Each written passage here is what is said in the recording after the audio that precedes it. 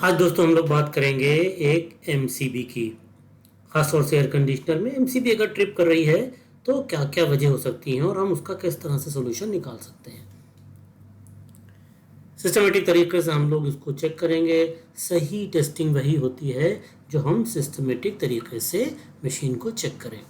इसमें क्या इंपॉर्टेंट होता है, जब हम ग्राहक के पास जा रहे हैं और वो हमको इन्फॉर्मेशन दे रहा है कि एमसीबी ट्रिप कर रही है, तो क्या क्या वजह हो सकती हैं। रिमोट से हम स्टार्ट करते हैं, एमसीबी ट्रिप कर जाती है।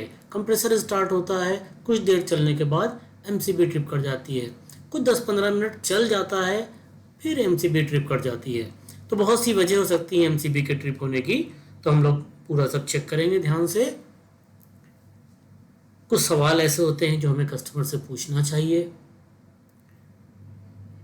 पहला सबसे इम्पोर्टेंट है कि हम कस्टमर से पता करें कि क्या उसने एमसीबी को चेक किया है, क्या उसने एमसीबी के आसपास कोई जलने की स्मेल या स्पार्किंग देखी है, क्या कुछ वोल्टेज में अप डाउन हो रहा था जिसकी वजह से एमसीबी ट्रिप हुई, क्या जैसे ही एसी वो ऑन करता है एमसीबी ट्रिप कर जाती है। तो इन सवालों के जब जवाब मिलते हैं तो हमारे लिए थोड़ा आसान हो जाता है मशीन को प्रॉपर चेक करना।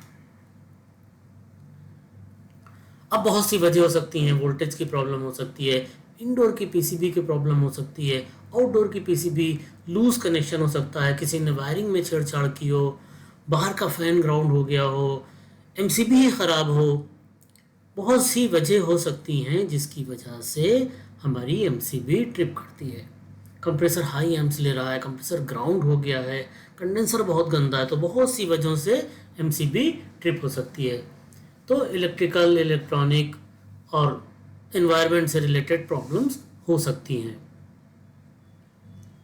दोस्तों हम हर चीज़ पढ़ेंगे नहीं, क्योंकि टाइमली हमको क्लोज करना है ये। तो आप लोग देख सकते हैं, पढ़ सकते हैं।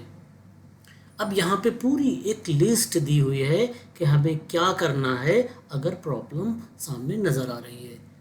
तो कंडीशन एमसीबी की देखेंगे, जलने का या ख़राब होने का या इंडिकेटर आ रहा है कोई, जैसे एमसीबी ऑन करते हैं खुद ही साफ़ हो जाती है। तो छोटी छोटी चीज़ें हम लोग यहाँ पे चेक करते चलेंगे। वोल्टेज भी चेक करेंगे, बहुत ज़्यादा लो बहुत ज़्यादा हाई वोल्टेज तो नहीं आ रहा है, जो लिमिटेशंस हमारी हैं उसके अंदर ही वोल्टेज है।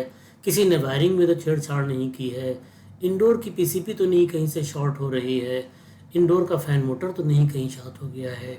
इसी तरह से condenser coil, compressor high amps तो नहीं ले रहा है। ये सारी चीज़ें हम एक के बाद एक चेक करते आएंगे। लिस्ट यहाँ पे पूरी दी है, इसके हिसाब से अगर आप करेंगे तो चीज़ें आपको आसानी से, प्रॉब्लम आपको आसानी से मिल जाएगी और आसानी से सोल्यूशन भी मिल जाएगा। इलेक्ट्रिकल कनेक्टिविटी आपको बहुत अच्छे से पता होना चाहिए। राइट में फेस, लेफ्ट में न्यूट्रल और ऊपर अर्थ का पॉइंट। अर्थ और न्यूट्रल में कोई सप्लाई नहीं आना चाहिए।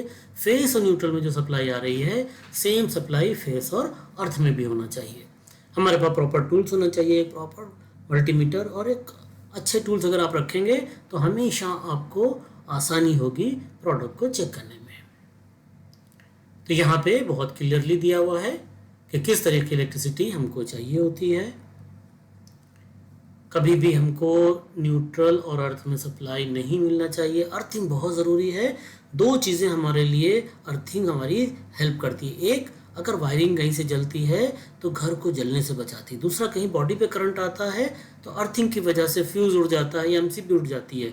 तो अर्थिंग किसी भी घर में होना बहुत इंपॉर्टेंट है। अब इंटरनल अपनी ख़राबी से भी एक एमसीबी ट्रिप कर सकती है। इसके अंदर का लीवर ख़राब हो गया हो, इसके अंदर जो ट्रिपिंग सिस्टम होता है वो ख़राब हो गया हो, तो खुद भी ख़राब हो सकती है एमसीबी। सबसे पहले हम लोग यही चेक करेंगे। अगर इंडोर या आउटडोर में फैन मोटर शॉर्ट है तो भी एमसीबी ट्रिप कर सकती है। ओवर हीट हो रहा है, फैन मोटर ट्रिप हो रहा है, एम्स बढ़ रहे हैं, तो एमसीबी हमारी ट्रिप कर सकती है। वोल्टेज एकदम से बढ़ जाता है, घट जाता है, स्टेबलाइजर में भी ख़राबी हो सकती है कि हाई वोल्टेज दे रहा हो, या लाइन में भी प्रॉब्लम हो सकती है। तो वोल्टेज का अप डाउन होता है। ये सारी चीज़ें हम लोग मल्टीमीटर की मदद से चेक कर सकते हैं। वायर्स को छू के देख सकते हैं। अक्सर वायर जो हैं वो बाहर से गर्म हो रहे होते हैं, दैट मीन्स के हमारा एयर कंडीशनर ज़्यादा सप्लाई ले रहा है। वायरिंग हमेशा चेक करें, अगर किसी ने गलत वायरिंग कर दी है, हमारे कंप्रेसर को जाने वाले फेस, न्यूट्रल, अर्थिंग गलत तरीके से जा रहे हैं, रनिंग कॉमन स्टार्टिंग पॉइंट्स में कुछ उलटफेर किया है, तो ये वजह भी हो सकती है हमारे पीसीबी के ओवरलोड होने की और हमारे एमसीबी के ट्रिप होने की। इंडोर की पीसीबी में कहीं पे शॉर्ट हो सकता है, ट्रांसफार्मर शॉर्ट हो सकता है जहाँ पे ट्रांसफार्मर यूज़ किया गया है, फैन मोटर या कोई वायरिंग शॉर्ट हो सकती है, इसका भी हम लोग ध्यान रखेंगे। आउटडोर की पीसीबी में भी, जिन एयर कंडीशनर में आउटडोर में पीसीबी यूज़ होती है, वहाँ पे भी हम देखेंगे वायर शॉर्ट हो रहे हैं या पीसीबी के अंदर कोई मेजर कंपोनेंट जहाँ पे एसी सप्लाई जाती है वो शॉर्ट हो रहा है, तो भी हमारी एमसीबी ट्रिप करेगी। कंडेंसर कॉयल अक्सर काफ़ी गंदा होता है, उससे एम्पियर बढ़ने लगते हैं तो एमसीबी तो हमारी जो करंट की रिक्वायरमेंट वहाँ पे है उसी हिसाब से हम एमसीबी लगाते हैं। जैसे एक एयर कंडीशनर हमारा 7-8 एम्पियर ले रहा है, उसका स्टार्टिंग एम्पियर जो है वो 14-15 एम्प्स है, तो एमसीबी हम वहाँ पे 20-25-30 एम्पियर की नहीं लगाएंगे, हम लोग 16 एम्पियर की एमसीबी वहाँ पे लगाएंगे कि अगर उसके लोड बढ़ता है तो एमसीबी ट्रिप कर सके। तो हेवी एमसीबी भी नुकसान पहुँचाती है, तो कंडेंसर अगर गंदा है तो उस कंडीशन में भी एमसीबी ट्रिप कर सकती है, कंप्रेसर के एम्प्स बढ़ेंगे।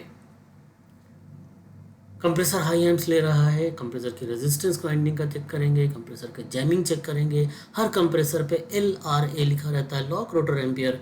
मीन्स अगर कंप्रेसर जाम हो जाएगा तो नॉर्मल रनिंग एम्पियर से करीब 5 गुना ज़्यादा, मीन्स 6-6.5 अगर एम्पियर उसका रनिंग एम्पियर है तो 30-32-35 के आसपास उसका LRA होगा।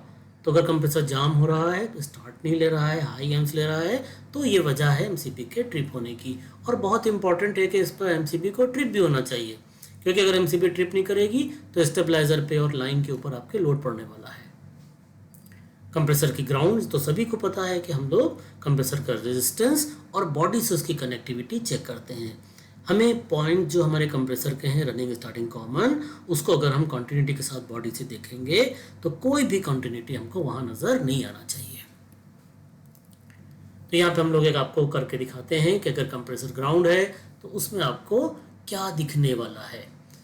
बॉडी से जहाँ पे पेंट ना लगा हो, और अपने मीटर को हमने कॉन्टिन्यूटी कर दिया है, बीप करेगा मीटर अगर बॉडी और जो हमारे टर्मिनल्स हैं उसके बीच में कोई भी कनेक्टिविटी होगी, तो ये आसानी से कोई भी हमारा इंजीनियर चेक कर सकता है। ध्यान से देखेंगे, ये सब चीज़ें टेस्ट करना हमारे इंजीनियर्स को आना ही चाहिए। बीप की आवाज़ सुनाई देगी आपको अगर कंप्रेसर ग्राउंड हो गया है। तो दोस्तों, इस तरह से हम लोग आसानी से किसी भी एमसीबी की ट्रिपिंग को सॉल्व कर सकते हैं। Thank you very much.